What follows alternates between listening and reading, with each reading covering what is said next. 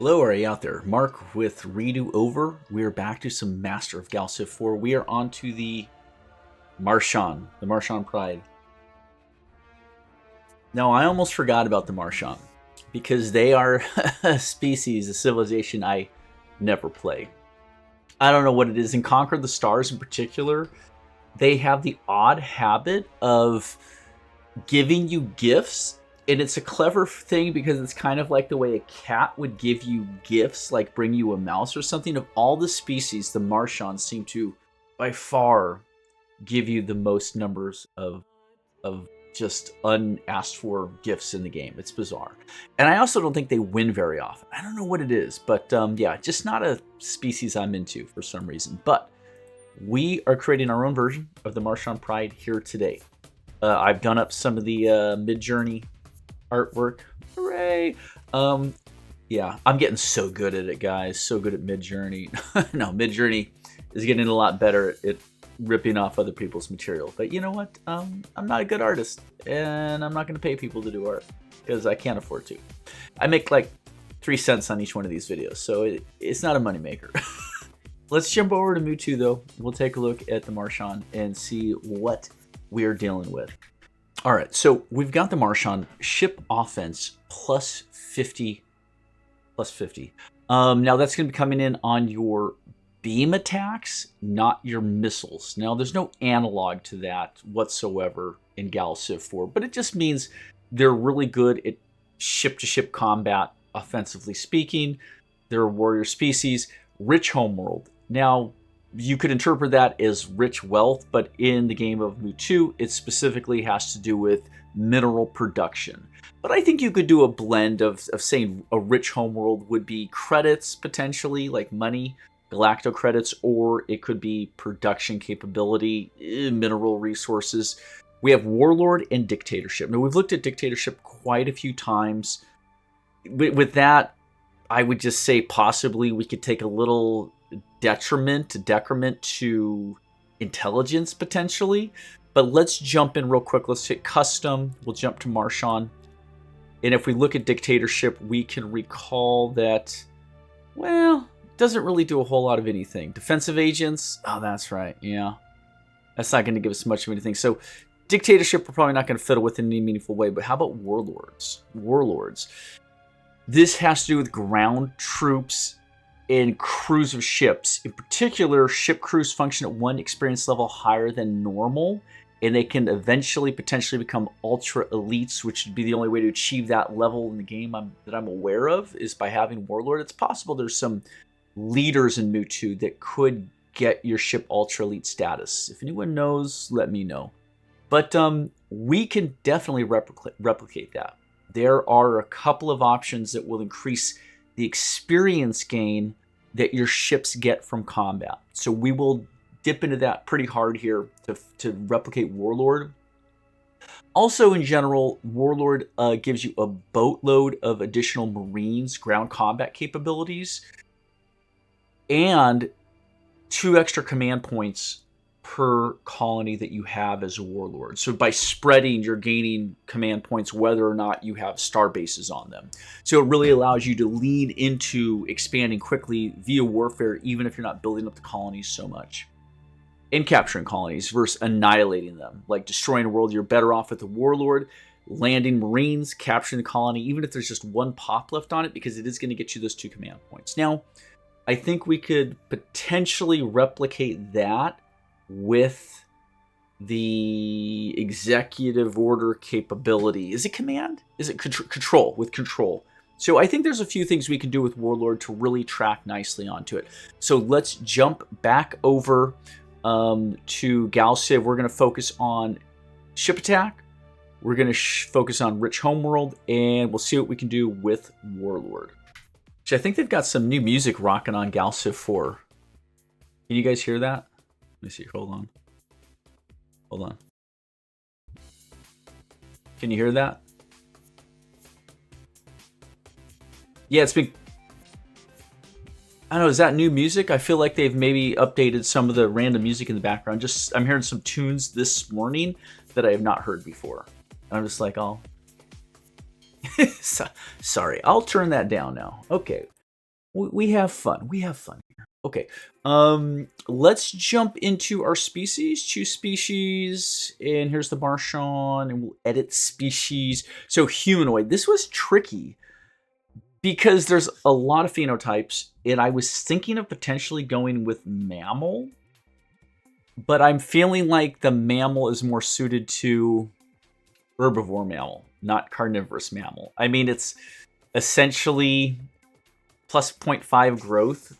Is that something the Mrrshans do? Not really. They're not really growth, nor are they little or tiny. So out of all of them, I ended up on humanoid because that is roughly what they are. It's going to give them +2 to diligence, and we're going to drive into that pretty hard because diligence is related to production, command. Yeah. These are good commanders, good military people. So yeah, and then otherwise just carbon-based, but no preference for planets, nothing like that. I have a cat-like species of hunters, sure. Military advisor, research advisor, economic advisor, and culture advisor. I was able to actually, a lot of the body poses are relatively similar because you're sort of like refactoring the image over and over, but I was able to get some different cool poses, people holding stuff, which I liked. Again, mid-journey, coming a long way. So yeah, what do we got down here? Resolve. I dipped in a +2 to resolve. That's going to lend very heavily into combat, and then we'll dip one more into diligence, put on top of the humanoids +2 diligence. It's going to make them very diligent. And then for negatives to that, I don't know why, but I just feel like felines and the way the Mrrshan are portrayed sometimes, particularly in Conquer the Stars, they seem to be high maintenance bitches. I just don't know another way to put it. So yeah, I'm going to run them at a +15 expectation, and effect of pollution is just 33%. I don't think that's actually selected. I think it's just always, right? I think it's always 33%. Does anyone know what effect on pollution is if you don't have any selected? Is it 25? Is it -25? Yeah, I think that's fine. I think just like that is fine. Nothing else we have to do there. I've got about 16 character artwork portraits down here for the populations. And then for names, I just did Roman names. Just first names, I just kind of divided them up between the front and the back, whatever. But yeah, military focused, no problem. We'll hit save, and we will save our species, and we will choose this species. All right, so up here, I've already done the short GalCiv description thing. I put in essentially where you're like cat, people, species, humanoid, totalitarianism, probably the right choice. Let's just look through real quick. They're not pacifists. I wouldn't say they're nihilists. They're not collectivists. They're not progressivists. They're not individualists. Maybe they could be individualists. Cats. But they're the pride, though. See, the Mrrshan pride isn't really individualistic, if you think about it. Like a lion pride is a pack, is a pride. They work together. House cats, yes, would be individualistic. The way we see them portrayed, or just the way they are, tigers. But, I don't know, I think totalitarianism works. Absolute power and control of the state. Let's look at individualism. Believes in the primacy of individual rights, personal freedoms, and self-reliance, often over the needs and interests of the community or the society. Egalitarianism, traditionalism. Yeah, let's leave with totalitarianism. They're warlike. They're just warlike. That's it. And then for personality traits, this is for when the AI is running it. Aggressive and diplomatic. Diplomatic, I put in there because of the way, in particular in Conquer the Stars, they work. They are a little... They're easy to deal with, I find. The Mrrshan are. So, yeah. Just trying to spread around those points a little bit just to get some different AI play looks. And nothing else really fit. I don't see them as cultural or spiritual or anything like that. I'm thinking like the Trilarans, we might dip into spiritual, right? Because they're like they're weird. They're like sort of religious-y in my mind, like Call of Cthulhu, the deep ones. But yeah, I think aggressive diplomatic's pretty good. So yeah, Mrrshan Pride, Mrrshan. Mrrshan Pride is a feline race of fierce hunters and warriors seeking to expand their dominion across the galaxy through conquest and cunning. Cool. Let's jump up to ability. So yeah, I think I took the -1 in clever. I don't need to do that. because I was thinking for some reason of feudalism taking a dip into your research, but they're dictatorships, so that doesn't count. So I'm going to unclick clever. What do we got? We got production +1, plus 10% because of the rich homeworld. I think that's reasonable. We got a couple other things going on. We have veteran. So this modifies how quickly your ships gain experience. So this is a direct correlation to the experience gain through warlord. I like that. And then for militant, let's drop that down one. Let's just drop that to a +30 control points at the start of the game. And again, this ties into the way they would gain command points more rapidly, or the way they just gain them at all through warlord. So I think veteran and militant ties in well to a militant species. And then that's balanced. So a little bit of production and some good options for fighting. We won't mess with anything else on there. Jungle homeworld? Sure. Yeah, what the heck? I think that seems right. Felixia Prime. I love that. That sounds awesome. And then here's our two choices. Warrior. Warrior is a super nice, easy to use, just works. It doesn't really give you any new technology or anything. It just means your attacks hit 10% harder and you take 10% less damage. It's just a nice two-way bonus all in your favor, and +5 intimidation. So sure, yeah, not bad. And then this is the other side of this, though, is the second choice. Less clear for me. I was thinking of Unrelenting, which is extra control, which plays into the militant. +1 influence per month per planet. And that kind of also ties into warlord, meaning the more planets they have, the more their sphere of influence grows. So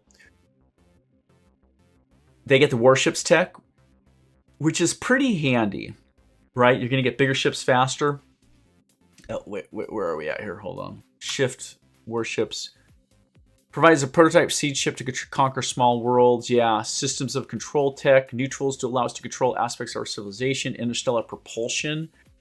You can just travel faster. It matters a lot. It really matters in GalCiv4. I've realized after playing for a year now, getting your fleets, not just your war fleets, all your ships places faster. Your trade ships, your constructors, colony ships. It really helps. Artificial grav tech? Destruction of armed spacecraft? Artificial grav? Oh no, that's armed shuttles I clicked on. Hold on. What was that last one? Artificial grav? Increases movement speed by 1. And then unlocks pillage the weak, blocks print money. Okay. So that's Unrelenting. We've looked at it thoroughly, and I like it. I think I'm going to take it. But what else? There was one other in here that related to leaders. Loyal? No. Gonna keep going. Inspired? No.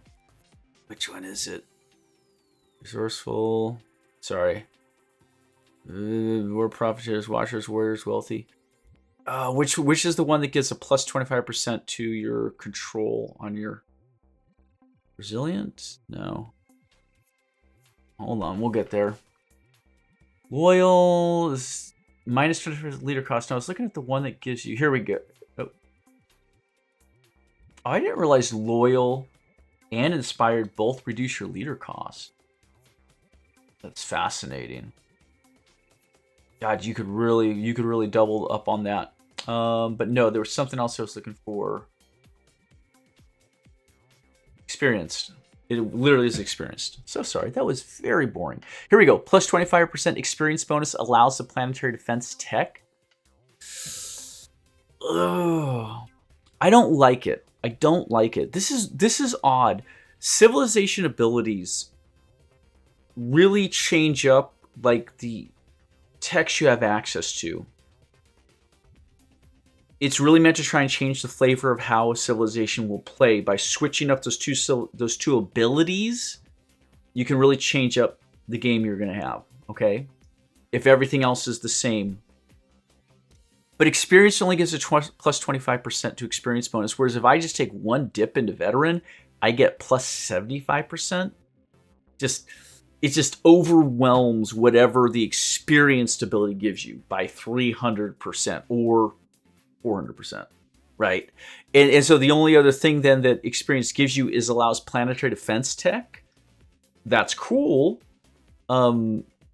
provided you are losing and being invaded. But that's defending your worlds is like the smallest side of that.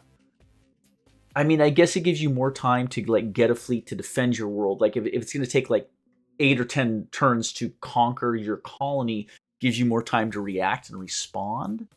But man, I don't think that's really worth it. I don't think it's worth it. So yeah, we're not going to choose experience. We're going to stick with unrelenting, get those warships, get some of those speed technologies, get the control influence. I think that plays in pretty well. One other thing I was wondering is, up here on your civilization traits, though, if I look at something like farmers, makes advanced farming technologies available, right? If I look at this, it's saying I'm going to get 25% more food, but it also does unlock some technologies. And I hadn't really realized that before. It's very opaque because it's not telling you what it gives you, but does it give you access to technologies? Are there others? Let's see, like if I go to miners, increases output. Okay. I want to look over these real quick. Here we go. Has access to advanced city planning technologies, building technologies. Is that true? Does Urbanites give you a plus 25% pop cap, as well as unlock some technologies, like just one or two, but it's not specifying? I'm super curious. Bureaucrats makes additional organizational technologies available. Yeah.